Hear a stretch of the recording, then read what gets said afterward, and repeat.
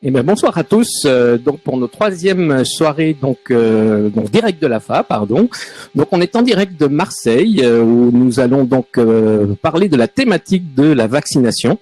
Donc avec deux personnes qui sont donc autour de moi qui vont se présenter.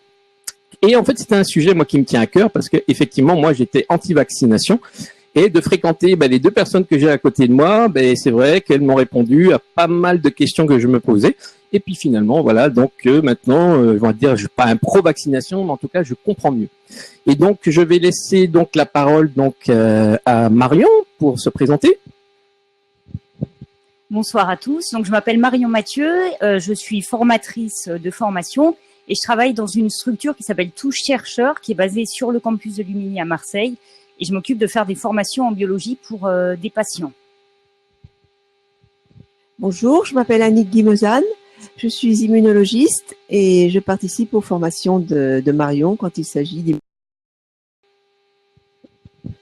Donc voilà, donc en fait, je suis donc en de bonne compagnie. Donc simplement un petit rappel, sur votre côté droit, vous pouvez trouver donc un chat, donc des questions et donc un sondage. Donc on reviendra donc sur ce sondage à peu près 2 ou 3 fois dans la soirée. Par contre, n'hésitez pas à poser vos questions dans la rubrique questions et pas dans le chat. Ça nous permettra, nous, de pouvoir répondre aux questions qui reviennent le plus fréquemment. Donc, on ne pourra pas répondre à toutes les questions, mais en tout cas, celles qui viennent le plus fréquemment, on les abordera. Donc, je vais laisser donc dans un premier temps donc la parole donc à Marion pour qu'elle puisse nous faire un petit exposé sur la vaccination. Je vois déjà une première question sur le vaccin de la grippe et le syndrome de Guillain-Barré. Ça tombe bien parce que je vais en parler. Alors, si on regarde la réponse en fait du système immunitaire face à une infection, alors en plus moi je l'ai même pas. Donc notre système immunitaire en fait il va répondre à une infection en 2 temps. Imaginez que il y ait le virus de la rougeole vous êtes en contact avec le virus de la rougeole, votre système immunitaire va s'activer et en fait cette réponse du système immunitaire va se faire en 2 temps avec une activation dès le début en fait très rapide et assez standardisé du système immunitaire qu'on appelle inné. Donc ça correspond à la phase qu'on appelle inflammatoire et qui va se mettre en place très rapidement. Et dans un deuxième temps, en fait, une deuxième partie du système immunitaire qui s'appelle le système immunitaire adaptatif va se mettre en place et conduire à une réponse plus lente, mais bien plus spécifique au type de microbe qui a infecté l'organisme. Le système immunitaire adaptatif, ça comprend entre autres les anticorps qui sont fabriqués par l'organisme. Donc, une activation en 2 temps du système immunitaire. Et si tout se passe bien, ce système immunitaire va arriver à éradiquer le microbe et on a un retour au calme du système immunitaire et un individu qui redevient en bonne santé. Imaginez que quelques années plus tard, donc typiquement, on a eu la rougeole petit et puis à l'âge adulte, une maman peut être en contact avec son enfant qui a la rougeole. Donc un deuxième contact avec le même virus, ça va conduire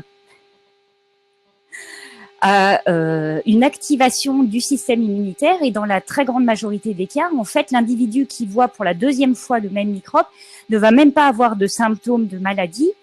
Pourquoi? En fait, parce que le système immunitaire adaptatif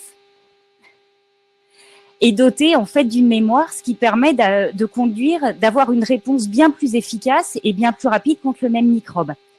Donc, cette mémoire du système immunitaire, c'est ce qui est mis à profit dans le cadre de la vaccination, où on va en fait simuler une première rencontre avec le microbe pour mettre en place cette mémoire et faire que lorsque l'individu va être en contact dans la vraie vie avec le microbe, son système immunitaire va pouvoir répondre très rapidement et donc conduire à une élimination du microbe sans symptômes liés à la maladie. Alors, schématiquement, en fait, il existe 2 grands types de vaccins. Des vaccins qu'on appelle vivants atténués, qui contiennent le microbe vivant, mais qui a été rendu atténué, donc moins agressif. Ces vaccins vivants atténués, ça concerne le BCG, qui est le vaccin contre la tuberculose, et dans le cas des vaccins qui protègent contre des virus, la fièvre jaune, le rotavirus, rougeole, oreillon, rubéole et la varicelle. Ces vaccins sont contre-indiqués chez les personnes immunodéprimées parce que ces personnes-là ont un système immunitaire qui est atténué, moins efficace Et en fait, si on leur administre un microbe atténué, ben en fait, on peut avoir une réactivation et en fait une maladie, donc une maladie liée à l'administration de ce microbe atténué. Donc ça, c'est la première grande classe. La deuxième classe correspond aux vaccins qu'on appelle non vivants. Alors à l'époque, les premiers vaccins non vivants pouvaient contenir le microbe entier qui avait été inactivé, tué. Donc c'était le cas par exemple du premier vaccin contre la coqueluche. Maintenant, tous les vaccins non vivants qui sont fabriqués contiennent non pas le microbe entier tué, mais seulement des fragments de ce microbe. Donc ça peut être par exemple des parties de l'enveloppe, des protéines qui sont des constituants du microbe, ou dans le cas par exemple du vaccin contre le tétanos et la diphtérie, c'est même pas des morceaux du microbe, mais c'est la toxine, donc ce poison qui est sécrété par la bactérie et une toxine rendue inoffensive qui est contenue dans les vaccins contre le tétanos et la diphtérie. Dans le cas des vaccins, en fait, donc un vaccin, ça peut contenir quoi? Donc ça va contenir le microbe atténué ou des fragments de ce microbe qui va permettre de donner la spécificité de la réponse, c'est-à-dire quand vous vaccinez contre la grippe, vous avez des morceaux du virus de la grippe qui vous permettent en fait d'avoir une réponse spécifique contre le virus de la grippe. Et ils peuvent aussi contenir, entre autres, ce qu'on appelle des adjuvants. Et les adjuvants sont là pour amplifier, pour augmenter la réponse du système immunitaire. Alors, ces adjuvants, dans le cas des vaccins vivants atténués, il n'y a jamais d'adjuvant. Comme, en fait, ces vaccins contiennent une forme atténuée du microbe, la réponse du système immunitaire va être suffisante et donc ils ne contiennent jamais d'adjuvant. Dans le cas des vaccins inactivés, ces vaccins nécessitent souvent, mais pas toujours, des adjuvants. Par exemple, le vaccin contre la grippe saisonnière ne contient pas d'adjuvant. La majorité des nouveaux vaccins en développement contiennent des morceaux de microbes qui sont de plus en plus ciblés, de plus en plus purifiés, au point que si on mettait dans le vaccin uniquement ces morceaux de microbes, ça ne permettrait pas de stimuler suffisamment le système immunitaire. Donc, dans le cas des nouveaux vaccins, en règle générale, les fabricants de vaccins ajoutent un, voire même plusieurs adjuvants qui permettent en fait d'avoir une bonne réponse immunitaire de notre système immunitaire. Alors une notion qui est importante, et je pense qu'il y aura des questions tout à l'heure, c'est cette notion d'immunité de groupe qui est importante dans le cas des vaccins et qui est associée aux maladies qu'on appelle des maladies qui sont typiquement la rougeole, la varicelle ou la grippe. Sur le petit schéma, vous avez en bleu des individus qui sont en bonne santé mais qui ne sont pas immunisés. En jaune, des individus en bonne santé qui sont immunisés, donc qui ont eu une réponse de leur système immunitaire, soit liée à une vaccination, soit parce qu'ils ont déjà contracté la maladie quelques années auparavant. Et en rouge sont représentés les individus qui sont malades et contagieux. Si on regarde une population, vous avez la majorité des individus en bleu, donc en bonne santé non immunisés. Vous avez quelques individus malades contagieux, typiquement une épidémie de coqueluche qu'il y aurait, ou de rougeole. La coqueluche, une personne contaminée est capable de contaminer autour de 20 personnes autour d'elle. Donc vous avez un individu contagieux au sein d'une population qui contient majoritairement des individus non immunisés. Très rapidement, en fait, la maladie va pouvoir se propager et vous allez avoir dans la population beaucoup d'individus qui vont contracter la maladie. Deuxième cas de figure, où vous avez une population où la majorité des individus sont en bonne santé et immunisés, donc soit par une vaccination précédente ou un premier contact avec la maladie. Et là, les individus qui sont malades et contagieux, en fait, ils vont contaminer, mais de façon très limitée, et donc la maladie va se propager de façon très limitée dans la population. Et là, j'ai mis avec une flèche un des bonhommes bleus. Vous avez en fait ces personnes, ces individus en bleu qui ne sont pas immunisés, mais qui vont pouvoir quand même être protégés grâce à ce barrage en fait qui est fait par les individus en bonne santé immunisés. Donc ces bonhommes bleus, ça peut être soit des gens qui font le choix de ne pas se vacciner, mais ça peut être aussi des personnes, par exemple, pour qui la vaccination est contre-indiquée. Donc on a vu tout à l'heure que la rougeole, c'est un vaccin vivant atténué. Les personnes immunodéprimées ne peuvent pas se vacciner contre la rougeole. Ça peut être aussi des nouveau-nés qui n'ont pas encore un système immunitaire mature et qui sont pas capables en fait de répondre à un agent infectieux. Ou ça peut être aussi, il existe dans la population générale des gens qui sont des mauvais répondeurs au vaccin et donc qui, malgré une vaccination, ne vont pas s'immuniser correctement.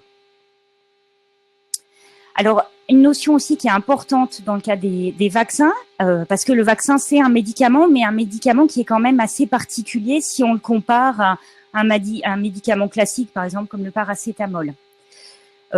Si on regarde en fait la personne cible, la personne qui va prendre le médicament, dans le cas d'un médicament classique, ça va être généralement un individu qui est malade et il fait quand même la demande en fait d'avoir ce médicament. Alors que pour le vaccin, la personne qui va recevoir le vaccin est dans la très grande majorité des cas en bonne santé et ne fait pas réellement de demande d'être vacciné. En termes d'indication, dans le cas d'un médicament classique, c'est à titre individuel. Vous êtes atteint de maladie auto-immune et vous allez prendre un traitement immunosuppresseur qui va avoir un intérêt pour vous, mais pas pour les autres.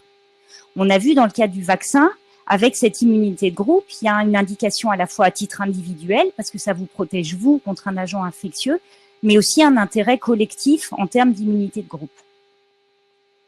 Les avantages en fait d'un médicament classique vont être visibles pour le malade qui prend le médicament, parce qu'il a des symptômes et en fait, il ressent le bénéfice si le médicament fonctionne chez lui. Alors que chez un individu sain, surtout maintenant avec la majorité des maladies infectieuses qu'on ne voit pas forcément quotidiennement, l'avantage va être invisible au moins à court terme. Par exemple, vous vous vaccinez contre la grippe, quand il va y avoir vraiment une épidémie, vous verrez l'intérêt de la vaccination, mais avant, vous ne vous rendez pas forcément compte de l'intérêt de vous vacciner. Les effets indésirables, vous prenez n'importe quelle notice de médicament, vous avez une liste qui peut être assez longue et qui peut faire un peu peur des effets indésirables, mais dans le cas d'un médicament classique, ils peuvent être perçus de façon peu visible par rapport aux symptômes de la maladie. Parce qu'un individu a des symptômes et est malade, il va prendre un médicament, ça lui diminue ses symptômes, ils peuvent avoir des effets indésirables, mais qui vont être masqués par les symptômes de la maladie. Alors que dans le cas d'un vaccin, ces effets indésirables, s'ils existent, sont plus visibles parce qu'on part initialement d'un individu qui était en bonne santé. Donc cette perception du rapport bénéfice du médicament par rapport au risque associé est généralement élevée dans le cas d'un médicament classique et est perçue comme bas dans le cas d'un vaccin pris à titre préventif. Un autre point que je voulais aborder avant les questions, et là aussi il va y en avoir, je suppose, c'est maladies auto-immunes, infections et vaccinations. Alors, il faut garder en tête que les maladies auto-immunes sont des maladies multifactorielles et qui évoluent souvent, qui se mettent en place sur la durée. En fait, ça prend plusieurs années. On part d'un individu qui a une immunité, un système immunitaire qui est normal, fonctionnel, va évoluer à bas bruit, en fait, le début de cette auto-immunité. Éventuellement, on pourra en parler avec Annick. Il y a quelques études, en fait, qui ont été faites dans des populations qui sont suivies du fait de leur profession, où on peut détecter, en fait, avant l'apparition des signes cliniques, déjà des auto-anticorps dans le sérum. Mais en dehors de ces populations cibles, en règle générale, cette auto-immunité qui s'installe à bas bruit, on ne s'en rend pas compte jusqu'à ce qu'apparaissent les symptômes cliniques et que la maladie soit diagnostiquée. Et en fait, au cours de toute cette progression de dérèglement du système immunitaire, il y a à la fois des facteurs génétiques, donc ce qu'on appelle un terrain de susceptibilité qui intervient, et aussi des facteurs environnementaux qui sont très nombreux. Alors, on peut citer le stress, l'alimentation, le tabac, les ultraviolets, les infections, vaccinations, toute une série de facteurs environnementaux qui peuvent contribuer, mais en aucun cas n'être la cause. Donc, un vaccin ne peut jamais être la cause d'une maladie auto-immune. Alors, j'ai eu une question, ça tombe bien, sur le syndrome de Guillain-Barré, grippe et vaccin. En fait, le syndrome de Guillain-Barré est une maladie auto-immune avec une attaque, en fait, de la gaine, ce qui s'appelle l'enveloppe, en fait, des nerfs, avec des symptômes qui sont quasi tout le temps, en fait, réversibles. Si on regarde la fréquence de base du syndrome Guillain-Barré dans la population générale, elle est autour de 10 à 20 cas par million de personnes et par an. Il existe en fait le vaccin contre la grippe peut être un facteur déclenchant, en fait stimulant, et dans la littérature on rapporte un nombre en fait, une augmentation de cas de Guillain-Barré de 1 à 6 cas par million de personnes vaccinées. Ça sont des données pour le vaccin contre la grippe. Donc il y a un léger surrisque d'avoir un syndrome de Guillain-Barré, 1 à 6 cas par million de personnes vaccinées quand on se vaccine contre la grippe. Si on regarde les données en fait du nombre de cas supplémentaires qui sont attribuables cette fois-ci à la grippe et pas au vaccin, en fait, on passe à 40 à 70 cas par million de personnes grippées. Donc, vous voyez, si on regarde la différence de cas supplémentaires entre les cas attribuables au vaccin ou à la grippe, il y a plus d'un facteur, il y a un facteur de, on va dire selon les bornes, de au moins x10 à x40 en gros. Donc, si on regarde, en fait, si on regarde le rapport bénéfice-risque pour le vaccin contre la grippe, surtout en cas d'épidémie, en fait, une stimulation liée à la grippe elle-même et non pas au vaccin contribue de façon nettement plus forte à l'apparition du syndrome Guillain-Barré, même si c'est quand même faible, hein, on est à 40 cas par million de personnes grippées. Et donc, pour le coup, s'il y a vraiment une épidémie, se vacciner par rapport à attraper la grippe, c'est au contraire un facteur plus protecteur de Guillain-Barré. Et après, le fait de se vacciner, ça protège des effets indésirables qui peuvent être graves selon l'état de santé de l'individu. Alors, des messages importants avant de lancer la discussion. Concernant des personnes qui sont avec des traitements immunosuppresseurs, l'idéal, en fait, pour un individu qui doit prendre un traitement immunosuppresseur, c'est de faire un point sur son statut vaccinal en amont d'un traitement immunosuppresseur. Même si le traitement est déjà commencé, il est quand même possible de se vacciner, par exemple, mais de se vacciner avec des vaccins non vivants, donc par exemple le vaccin contre la grippe, contre l'hépatite B, le pneumocoque. Le seul risque, en fait, c'est que si vous êtes sous traitement immunosuppresseur, c'est que le vaccin marche moins bien et que vous soyez moins bien immunisé. Alors par contre, je l'ai déjà dit, mais je le redis, sous traitement immunosuppresseur, les vaccins vivants atténués sont contre-indiqués. Alors, il y a eu un exemple récemment, en fait, qui nous a été rapporté par un spécialiste d'un patient atteint de Mickey qui avait commencé un traitement immunosuppresseur, qui n'avait jamais été en contact avec le virus de la varicelle et qui n'était pas immunisé. Donc, c'était trop tard, en fait, pour le vacciner parce qu'il avait commencé son traitement. Et en fait, ce patient a été contaminé par son fils qui a contracté la varicelle. Et du fait de son traitement immunosuppresseur, a fait des symptômes vraiment graves en fait de la varicelle. Oui, j'ai levé le pouce. Des syndromes graves de la varicelle. Et alors heureusement, ça s'est bien terminé. Mais en fait, ce qu'on discutait avec le spécialiste, c'était plutôt d'essayer de sensibiliser dans des cas comme ça. Quand le traitement est commencé et qu'on ne peut pas vacciner avec des vaccins vivants atténués, c'est vraiment de sensibiliser l'entourage. Là, ce qui aurait dû être fait, c'était de vacciner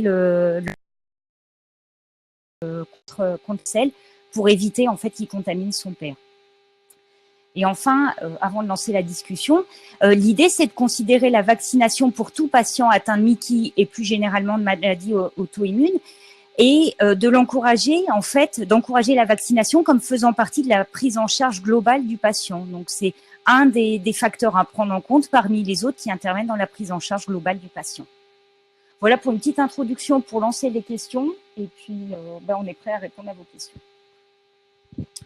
Donc on va commencer donc par des questions. Donc une personne qui nous dit par exemple, est-ce que je peux être vacciné contre la grippe lorsque je suis sous anti-TNF? Oui, tout à fait. Comme l'a dit Marion tout à l'heure, la seule contre-indication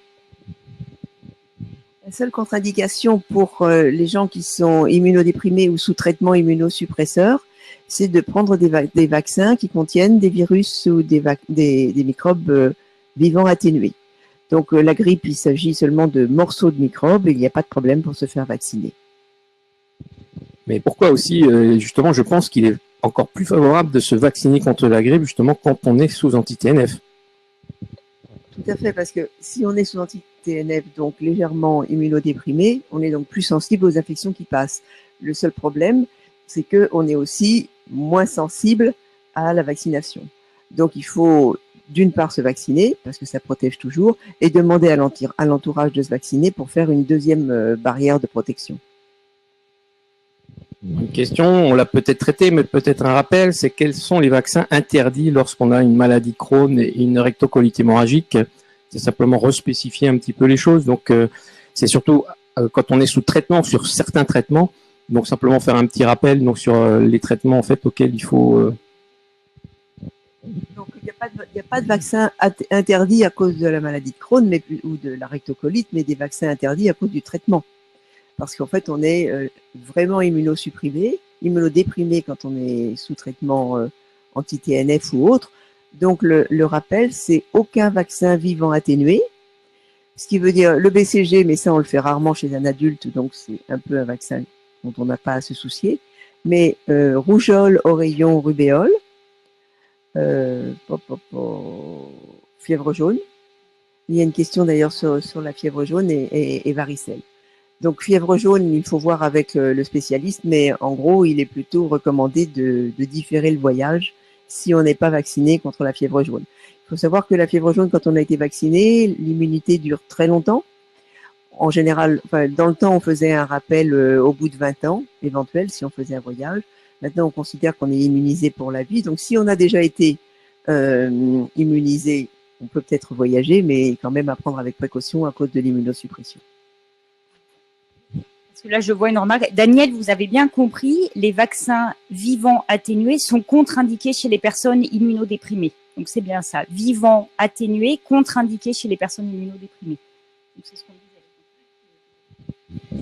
Une autre question donc sur le lien entre le vaccin Gardasil contre le HPV et l'ARCH.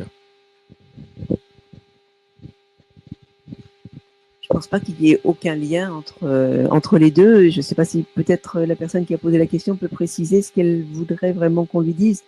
Parce qu'en fait, il y a le vaccin HPV, donc le vaccin contre le papillomavirus, qu'il soit Gardasil ou Cervarix, vraiment, c'est un vaccin qui n'est pas un vaccin vivant atténué, donc on peut le faire. Et je ne vois aucune relation entre la protection contre les papillomavirus et les problèmes de Crohn ou de rectocolite.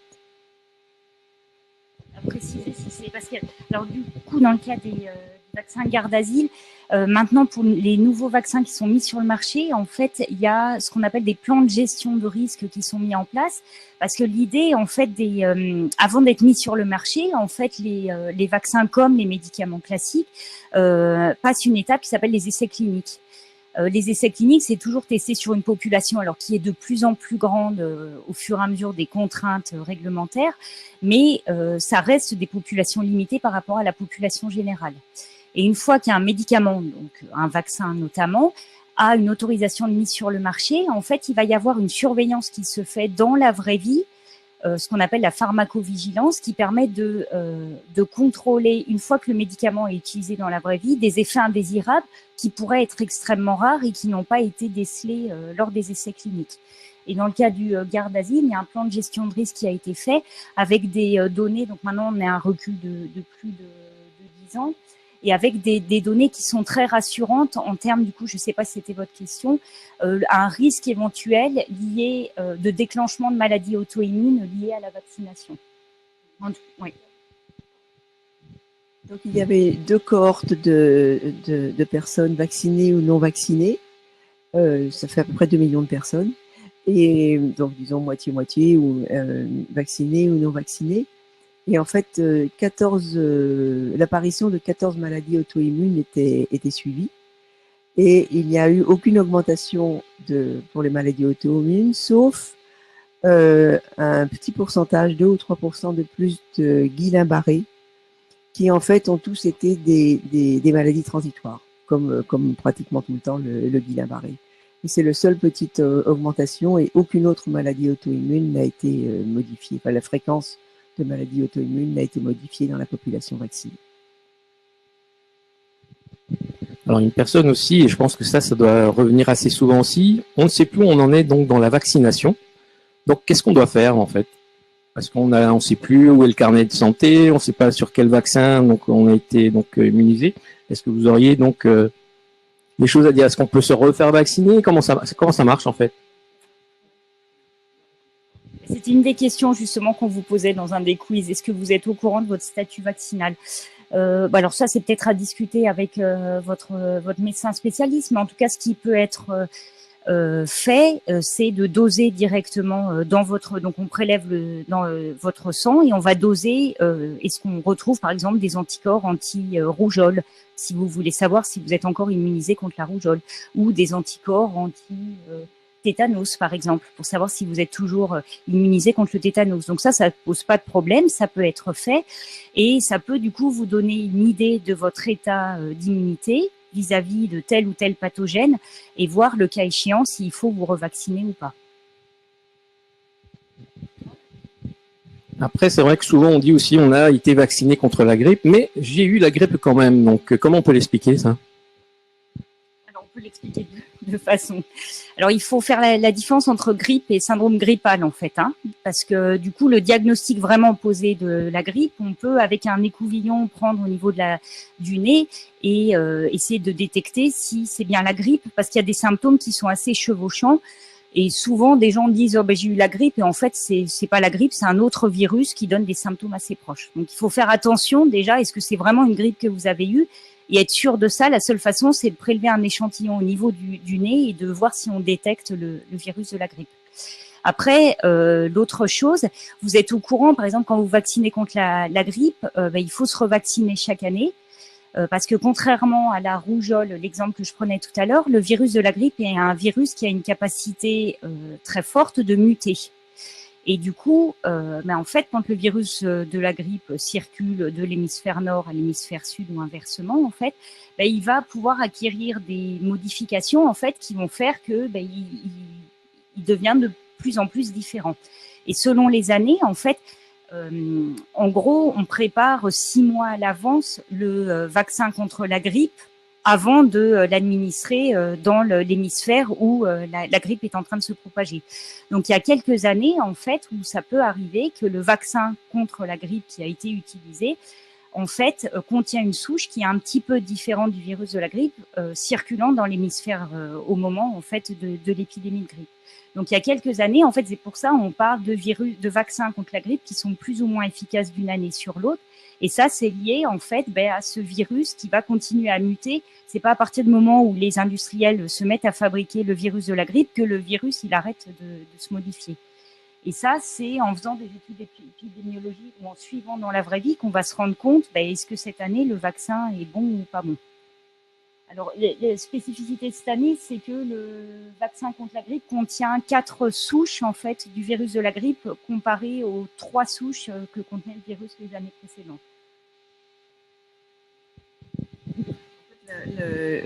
Pour savoir quel vaccin utiliser, on suit l'évolution tout au long de la planète.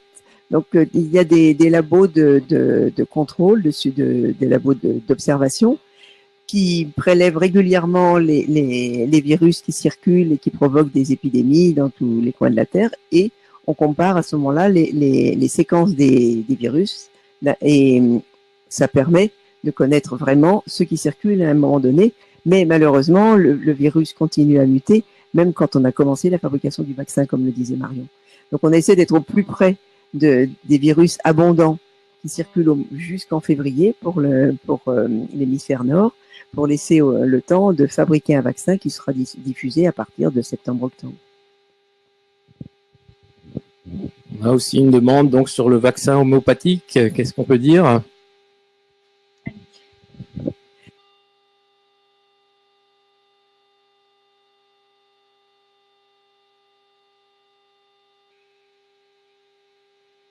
Ça va? Un vaccin, en fait, c'est quelque chose, soit qu'on vous injecte, si c'est un vaccin, autrement c'est une infection, qui va faire travailler votre système immunitaire et qui fait que vous allez produire des anticorps. Et un médicament homéopathique, il fait pas ça. Mais par les méthodes d'homéopathie, il essaie de vous sensibiliser à un microbe qui circule ou si on prend de l'arnica, une plante qui permet d'avoir moins de bleu ou des choses comme ça. Et donc, ça peut pas être un vaccin parce que c'est quelque chose qui ne fait pas réagir votre organisme, qui ne vous fera pas faire d'anticorps protecteurs. Mais ça peut éventuellement vous protéger contre une infection quelconque. Mais en aucun cas, c'est un vaccin. Donc, on a aussi une petite question sur la vaccination. Donc, le pneumocoque, qu'est-ce qu'on peut en dire 2 mots?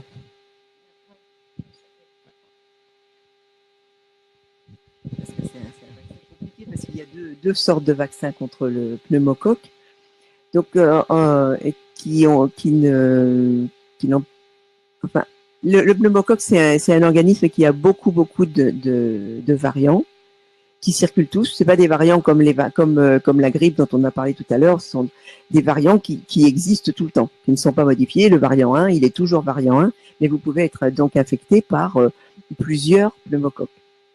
Et donc, il y a des vaccins qui contiennent certaines souches de pneumocoques. Il y en a un qui en contient 13, l'autre qui en contient 23.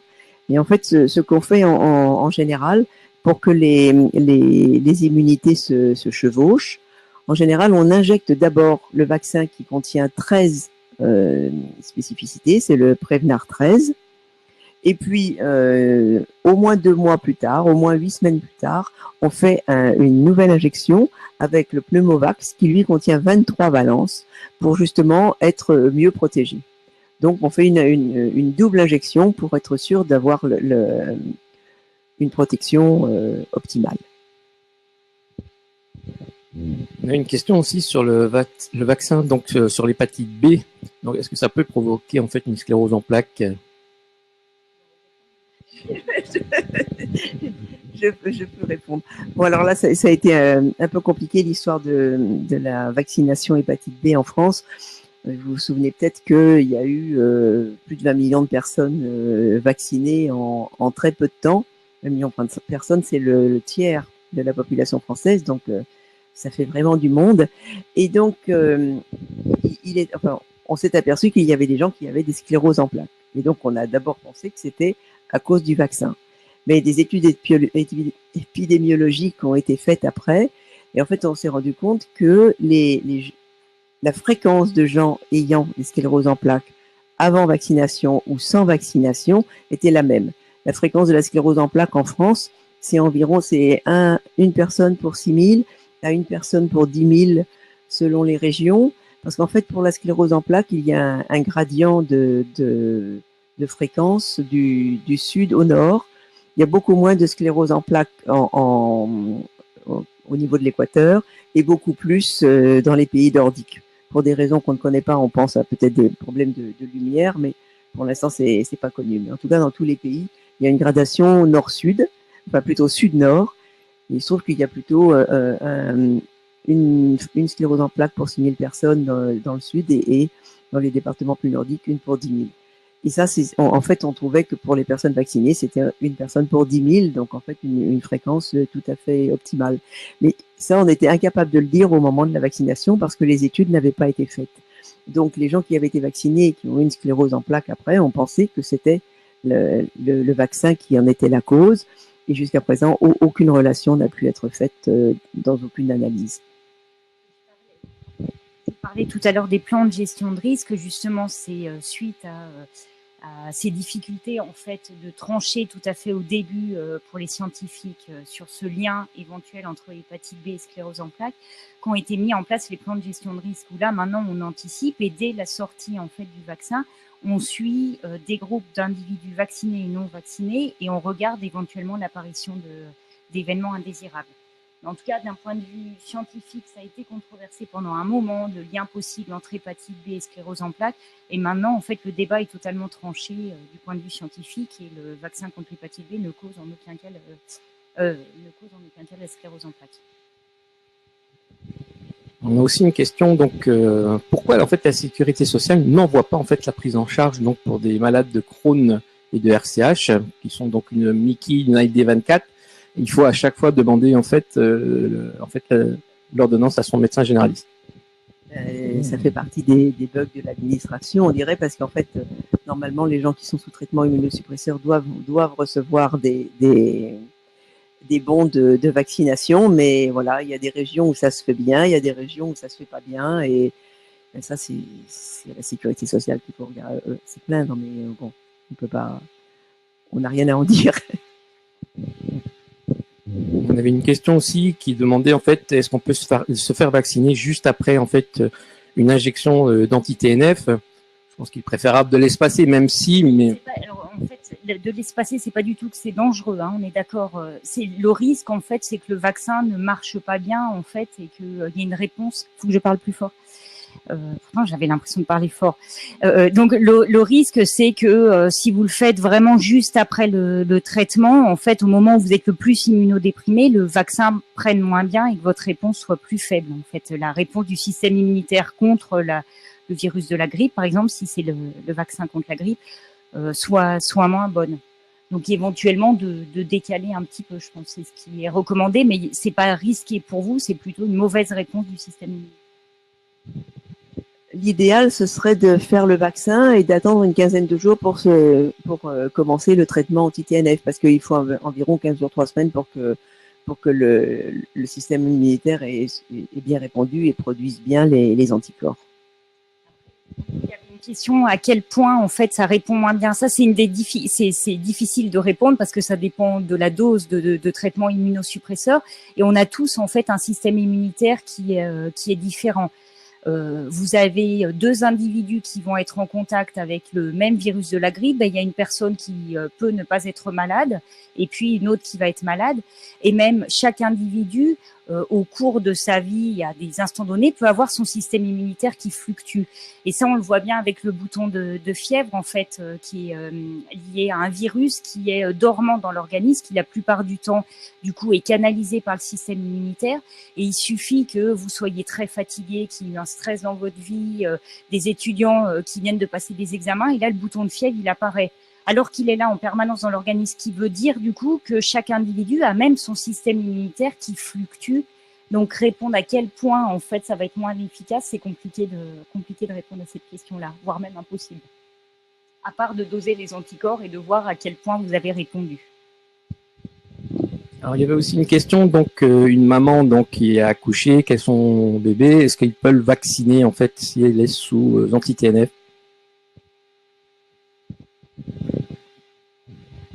Si la grossesse a eu lieu sous anti-TNF, ça dépend si on a arrêté les anti-TNF pendant le troisième trimestre de grossesse ou si on a continué. Ça dépend des protocoles. Les deux sont possibles si c'est en danger pour l'enfant, mais c'est pour... En fait, si on arrête les anti-TNF, si la personne peut supporter cet arrêt des anti-TNF en fonction de son état à ce moment-là, l'avantage c'est que on pense à ce moment-là, ça veut dire que l'enfant aura moins d'anti-TNF et donc il n'en aura pas dans l'organisme, ça ne passera pas dans l'organisme parce que les anti-TNF sont des immunoglobulines et les immunoglobulines, elles passent le placenta, c'est ce qui fait, on dit toujours, dans les premiers mois, un bébé est protégé par les anticorps de sa maman. Bon, bah, si c'est des anticorps anti-TNF, là, ça protège pas, mais il les a aussi. Donc, si l'enfant a pu recevoir des anti-TNF pendant les derniers mois de grossesse, la meilleure chose à faire avant de commencer les vaccinations, c'est de doser s'il a des anti-TNF dans le sang et quelle est la quantité d'anti-TNF qu'il a éventuellement. Ça peut pas lui faire de mal, mais simplement, ça peut empêcher une bonne réponse immunitaire. Donc, l'idéal, c'est de doser et quand ils ont disparu, on commence les vaccinations. Le calendrier vaccinal dit de commencer les vaccinations à 2 mois et puis à 4 mois. Mais bon, si en cas de force majeure, si c'est 3 mois, c'est pas non plus un problème et on commence les vaccinations et on décale le calendrier à ce moment-là. Le mieux, c'est de regarder d'abord s'il y a les anti-TNF. Parce que s'il n'y en a pas, bien que la maman ait été traitée, autant faire les vaccinations dans le timing normal. Après, il y a aussi l'allaitement qui permet d'apporter des anticorps de la mère via le lait maternel et qui permet de contribuer à l'immunité du nouveau-né et vraiment du petit en fait pour les premières semaines et premiers mois de la vie. Bon, je crois qu'on a fait quand même le tour de pas mal de questions. Donc, je voulais simplement faire un petit rappel alors, je te laisse répondre, Marion. On a une question, pourquoi se vacciner contre des maladies qui ont disparu? Alors, on a l'impression qu'elles disparaissent, les maladies, parce que... Alors, il y a certaines maladies comme le tétanos, celles-là, elles n'ont pas disparu, et je pense que les individus sont quand même assez sensibilisés dans la population générale. Mais des maladies comme la diphtérie, qui sont par exemple endémiques dans les pays d'Europe de l'Est, donc ça, c'est une maladie qui est liée à une bactérie qui sécrète une toxine, qui peut être mortelle pour les individus. C'est vrai que ce sont des maladies qu'on voit de moins en moins en fait dans des pays occidentaux comme la France, mais il y a quelques années, il y a un enfant qui est décédé de la diphtérie en Espagne et puis un aussi en Belgique. Donc ces maladies, même si on a l'impression qu'elles sont plus beaucoup présentes, elles sont encore là. Et dans le cas de maladies particulièrement contagieuses comme la coqueluche ou la rougeole, en fait, il peut y avoir des flambées, ce qu'on entend quand même assez régulièrement, des flambées de rougeole et notamment en PACA. Ces maladies sont encore vraiment présentes. En fait, il n'y a qu'une seule maladie qui est considérée comme disparue grâce à la vaccination d'ailleurs, c'est la variole. On n'est plus vacciné en variole, contre la variole dans aucun pays du monde.